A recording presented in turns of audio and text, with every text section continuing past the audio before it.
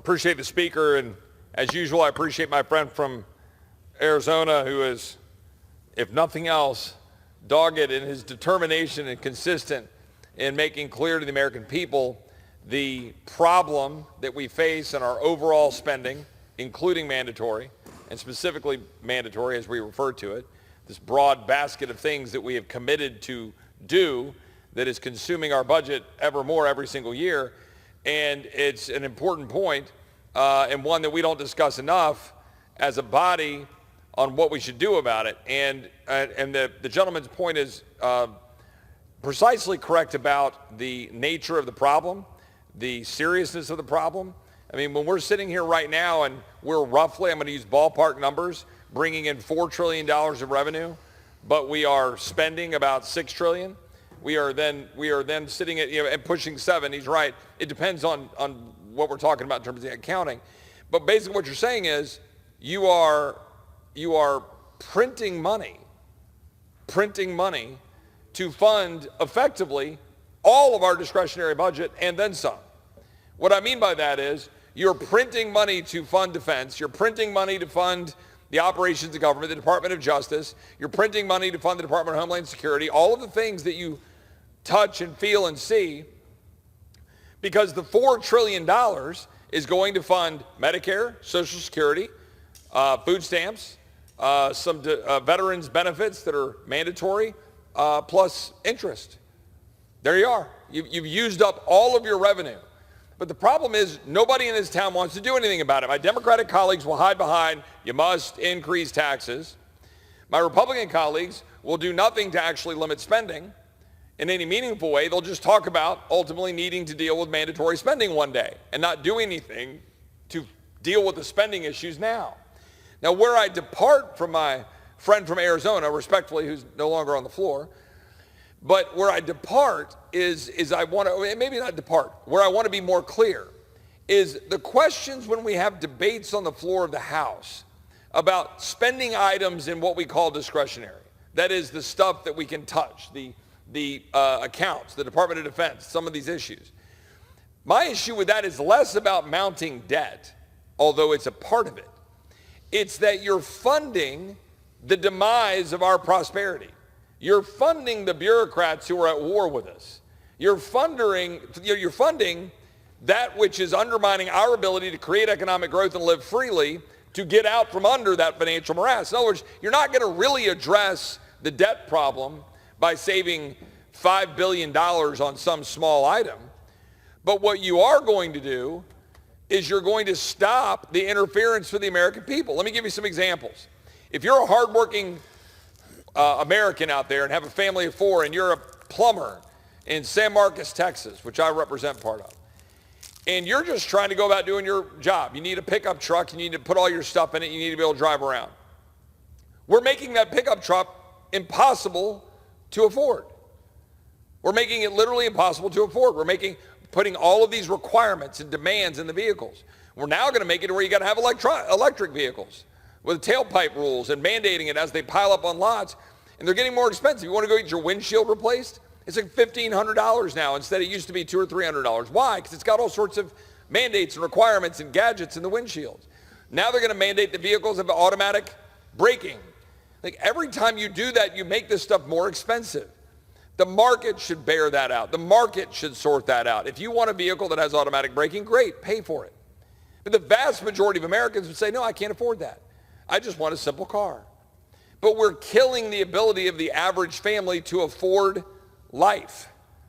And it matters. This is the problem. What we have become in the House of Representatives, what we have become is the house of perpetuating corporate cronyism and the enrichment of a handful of folks at the expense of hardworking American families. And then I'll have some of my colleagues who will throw out these random statements like, we should read the philosophers of the conservatives of the past who were the traditionalists who are rational in what they believe in limited government, not the radical populists of today. I think that misses the entire point. It is not populist to believe we should stop spending money we don't have, driving up inflation, driving down the value of the dollar, and putting a tax on the hardworking American family. It's not populist to say that we shouldn't regulate our entire lives out of existence with expensive vehicles and all sorts of demands on what you can and can't do, which makes things more expensive, or all of the green climate agenda that is empowering China, undermining our ability to have affordable energy. That's not populism. It's not populism to say that maybe, just maybe, if you're going to send $95 billion overseas to fund war, maybe you should have to pay for that. That's not populist. It's rational. You can question the war. You could say that we should be focusing on America first, securing our borders first. Maybe you could say that's populist. I think it's rational. It's sovereignty. The founders, and importantly, the conservative thought leaders of the 20th century, like Russell Kirk, believed that you actually do have to have institutions, yes, but you believe in sovereignty. You believe in the rule of law, right? You believe that there's supposed to be limits to what you do in, feeding your appetite. But what are our limits? I'm sitting here in an empty chamber, but my friend who's serving as the speaker at the moment, what are our limits? What limits are we placing on this place? So to my friends who voted for, in continuing wars around the world, $95 billion, who paid for it? Your grandkids, your kids, you paid for it by printing money.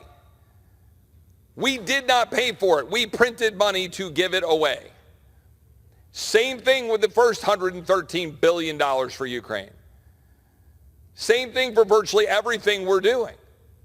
And I ask my colleagues, I've had some supporters, particularly ones of financial means, who have called and said, Chip, why could you abandon the people of Ukraine? We must stop Putin. I say, great. Are you interested in having a 70% marginal tax rate next year to pay for it? Crickets on the other end of the phone. We've lost perspective on what we're supposed to do here responsibly in this chamber. That's the truth. And while we sit here, and while we move a few bills across the floor, and while we've just passed a massive foreign aid package, unpaid for, that funds both sides of the war in Israel, gives $9 billion used by Hamas, used to have refugees, the Palestinian refugees moving to the United States, funding both sides of that conflict, while we fund Ukraine, where we have no clear mission, no evidence that we can produce enough ammo fast enough to be able to help them when they're getting outshelled no matter what, and they're running out of men. Okay, even if you accept that all of that might result in some improvement, we're funding all of that. We just voted on all of that. We just voted on an anti-Semitism resolution, which codifies thought speech, so we can pat ourselves on the back and say, look at what we did. Look what we did. People feel good about it. But you didn't do a damn thing, and in fact, you made things worse because you just empowered the federal government to go after thought speech. So we do all of that. Right after, what did we do? Passed a massive omnibus spending bill, $1.7 trillion in 2 omnibus packages. Funded a $200 million for a new FBI headquarters, an FBI which is out of control. We do all those things. What is happening in the meantime? What is happening right now? What is happening right now is our borders are wide open. The people in Texas are still feeling it every single day. We're dealing with the reality of roughly 1,000 to 1,600 people a day, 1,000 to 1,600 people a day being paroled into the United States. What that means is, nobody out there in the real world knows what that means. It means that there's a provision in the law, supposedly there for a case-by-case basis to help a few people. The Biden administration is blatantly, unlawfully, illegally using that provision to expand it and dump literally 1,000 to 1,600 people a day. We believe 400,000 over the last year, according to the reports that we have, being dumped into the United States under what is called parole. And guess what? How did Laken Riley's killer get into the United States? Parole. There have been dozens of examples. of individuals who are paroled into the United States under the Biden administration's policies who have gone on to kill, assault, and harm and undermine the security of Americans. Think about that. That's what's happening right now, allegedly, on our watch. And the fact is, we could have done something about it. A year ago this Saturday, Republicans passed what we call H.R. 2, which is the bill number for border security. It was a strong bill that would have closed the ability of the Biden administration to abuse parole. It would have closed their ability to abuse asylum. It would have ended the abuse of the unaccompanied alien children to use them as essentially a hall pass to get into the United States. It would have fundamentally ended the Biden administration's abuse of law to dump people into the United States to the tune of something like 4.5 million people who have been released into the United States under the Biden administration. We did that. Republicans did that, and we did that after conservatives worked hard to work with the Speaker to force this body of Republicans to walk away from the amnesty-driven, Chamber of Commerce-driven failure of the last 2 decades and pass a strong border security measure. That bill is sitting over in the Senate, where Senate Democrats refuse to move it, while they hide behind a sham piece of legislation which would not secure the border of the United States so they can try to blame Republicans in an election year. But what Republicans have failed to do is use the leverage of the power of purse to force our Democratic colleagues in the Senate and the Biden administration to come to the table and deal with the border crisis, despite the rhetoric of our own leadership saying that we would do that. We have fully funded the government at debt increasing levels, busting the caps that were put into law, and we're funding the government that is abusing our borders and dumping people into the United States unlawfully, paying off student loans unlawfully to the tune of $700 billion to $1.4 trillion, while we rack up now $34.5 trillion of debt, barreling towards $35 trillion every 3 months, more interest than we pay on the national defense, almost $1 trillion of interest, barreling towards $2 to $3 trillion of interest, all while our retirees are growing, demands on Medicare are growing, cost prices of health care are going up. That's all happening right now in real time, and what are we doing about it? And this is a question that I want to ask my Republican colleagues. If the American people look at our Democratic colleagues and say, man, that's insanity. We can't do that. That's crazy stuff. They want to have all sorts of woke policies and DEI, and they want to let criminals out, and they want wide open borders, and they want to keep spending gobs of money. They want to undermine our Western civilization, our way of life. Go down every issue. They can say, man, that's crazy. I don't want that. So they say, well, we got to turn to Republicans, so let's vote for Republicans. Let's say that happens. Let's say we're fortunate enough for that to happen with large enough numbers that we have the majority of the House, the majority of the Senate, and the White House. What are we going to do? I will bet you a significant amount that you will hear excuses out of this chamber by Republicans in January with a newly minted majority here in the Senate and in the White House. They will say the following: Chip, we don't have 60 votes in the Senate. What you want can't be done. Chip, we have divisions in our own caucus, our own Republican majority. We can't pass everything you want to pass and then get it through the Senate and send it to the president. So we're going to have to send over this compromise. It's been happening for decades. The reason our borders are wide open, it didn't just materialize one day that Joe Biden just woke up and decided to open them up. It's been decades in the making with support from Republicans because they were too much in the pocket of Chamber of Commerce. And they were sitting down on the Rio Grande with a no trespassing sign, and then over here with a sign saying, wink, wink, help wanted. Come on in. We don't care about the border. That was happening. I know because I saw it. I saw it as a Texan. I saw it as an American. I saw it as a staffer on the Senate Judiciary Committee.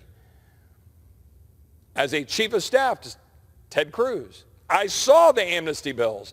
I saw the desire to have cheap labor at the expense of sovereignty. But let's talk for a minute about that cheap labor. I keep hearing from all my colleagues on both sides of the aisle, frankly, how important it is for us to continue to have a flow of people across our border, legal or illegal, because, quote, we need the workers. Have you looked at what's happening to jobs? The jobs for Americans, American-born workers, post-COVID is flat or down. The actual engagement in the workforce, flat or down. Yes, there's growth from migrants to try to catch up on the number, but what we are doing is we're paying people not to work. We're paying kids to sit in their room, basement, whatever, playing Fortnite.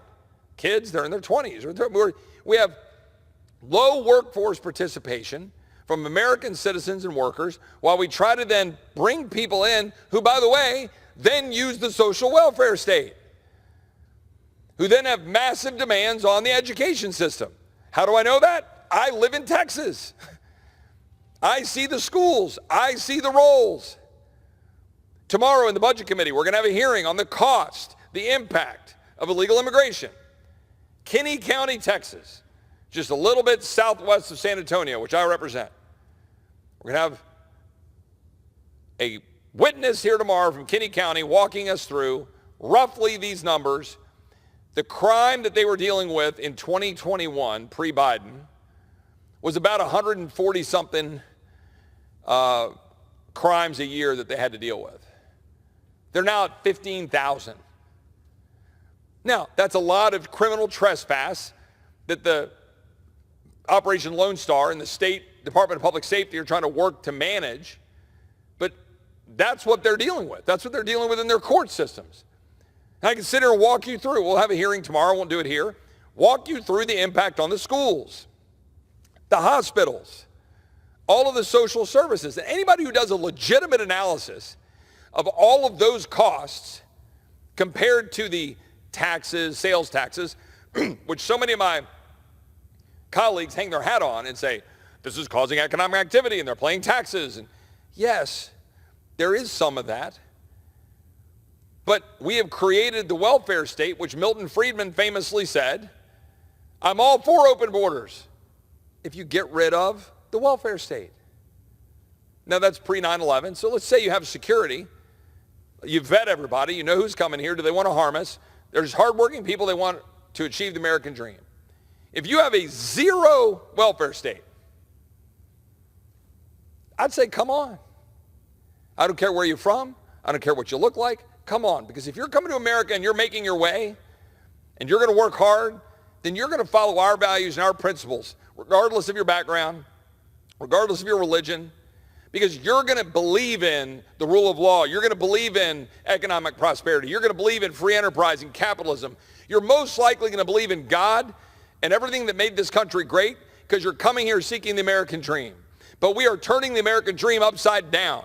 We are destroying that which migrants come to this country to achieve when they come here to believe in this country, believe in the rule of law, because that's what the American dream is built around. And we're completely destroying it. That's the truth. And it's happening right now while we sit here and fiddle while America burns. I'm going to say it over and over and over again until at least my Republican colleagues who try to pretend to give a crap about the border actually do something about it. How many campaign ads, how many speeches are going to be given by my Republican colleagues between now and November about what they will do to secure the border? And what are they doing right now? Shrugging. Sorry. Can't do anything. It's Biden. What are we going to do? How many more Americans are going to die while we shrug? Well, thank God the founders didn't shrug. Thank God the men at Lexington and Concord didn't just shrug and say, oh, well, I guess there's a tyrant.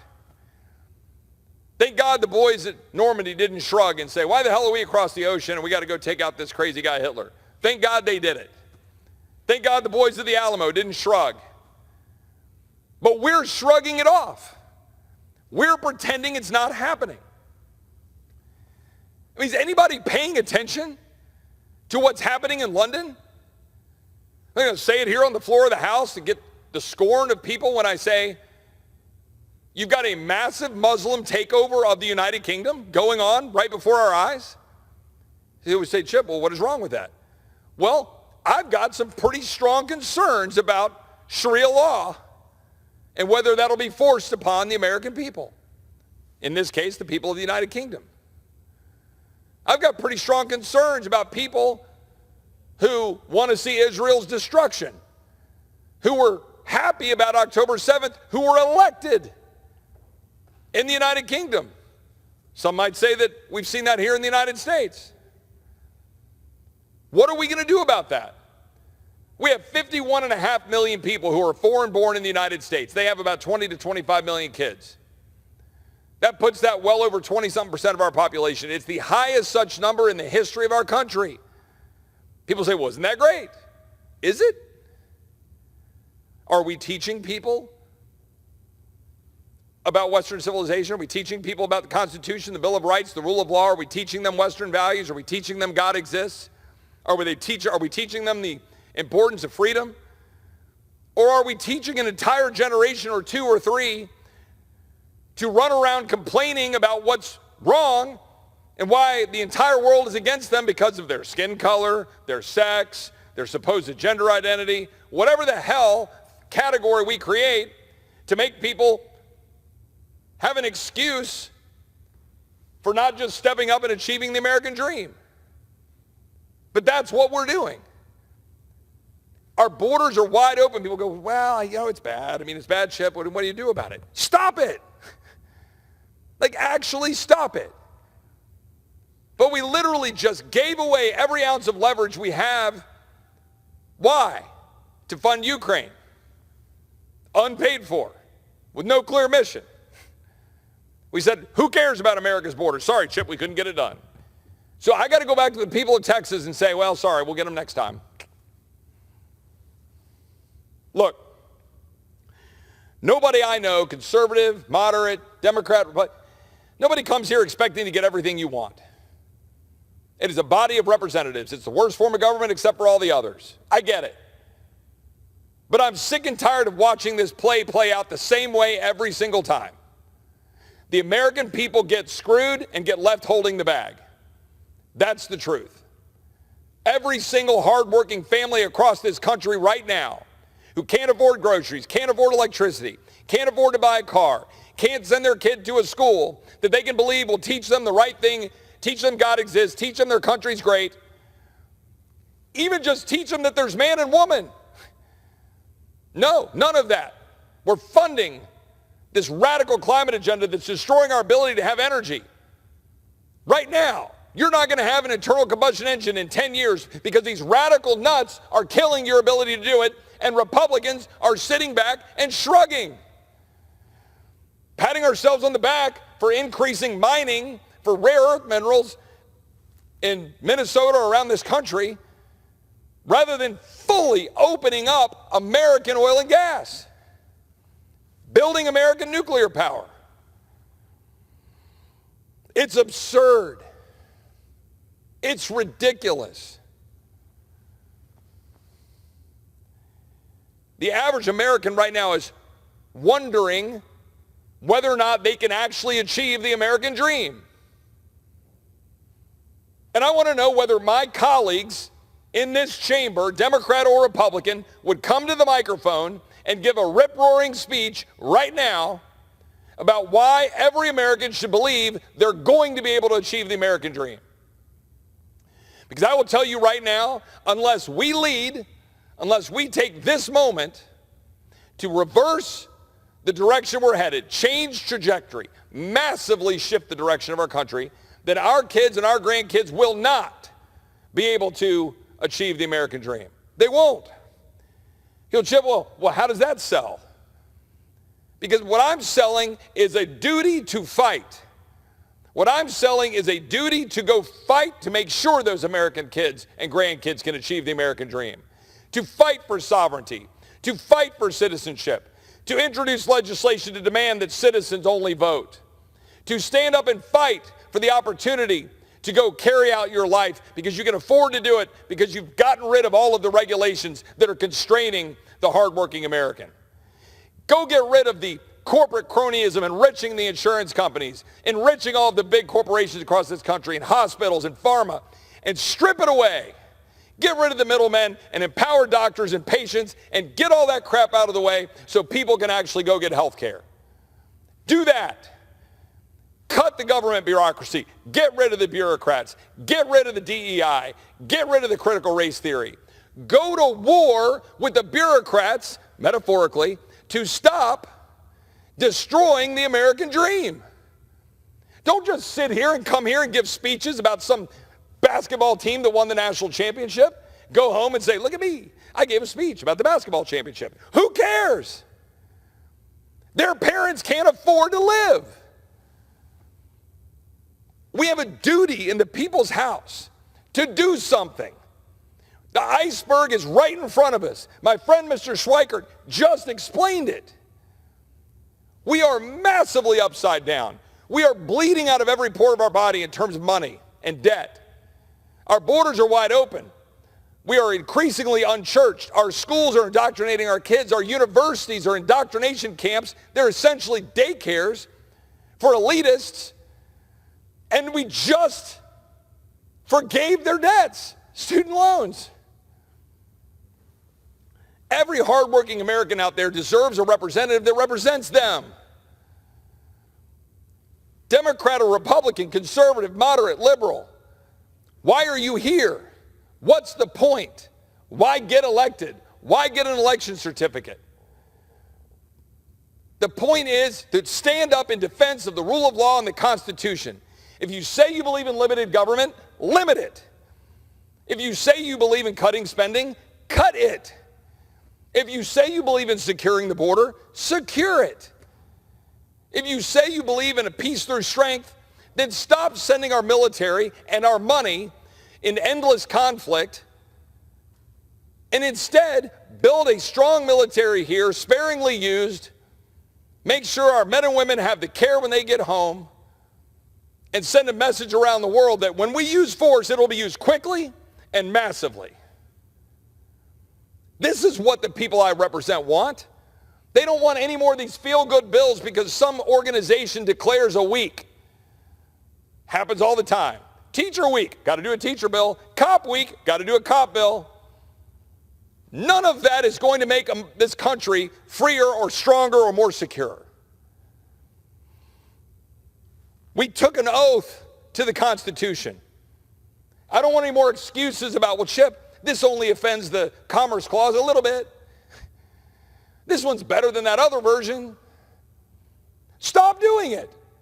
Go the other direction. Stop selling watered down Democrat light and go inspire the American people with something better so that the kids of this generation can get their lives out of these phones and get their lives out of the despair of wondering whether they're going to be able to have the American dream, and give them hope that if they go out and they work hard and they save money, they're going to be able to get a house, have a family, they're going to get health care because they worked hard and they were able to do it. That's why migrants come here. Stop paying people not to work. Stop the endless nonsense and drivel that comes out of this body in the name of doing something. And instead, stand up and fight for the American people. Don't give lip service on June 6th because it's the 80th anniversary about what those boys did when they walked into a wall of bullets. Stand up and do a fraction of what they did by having the nerve to vote no on something even though somebody might tweet something mean about it. I yield back.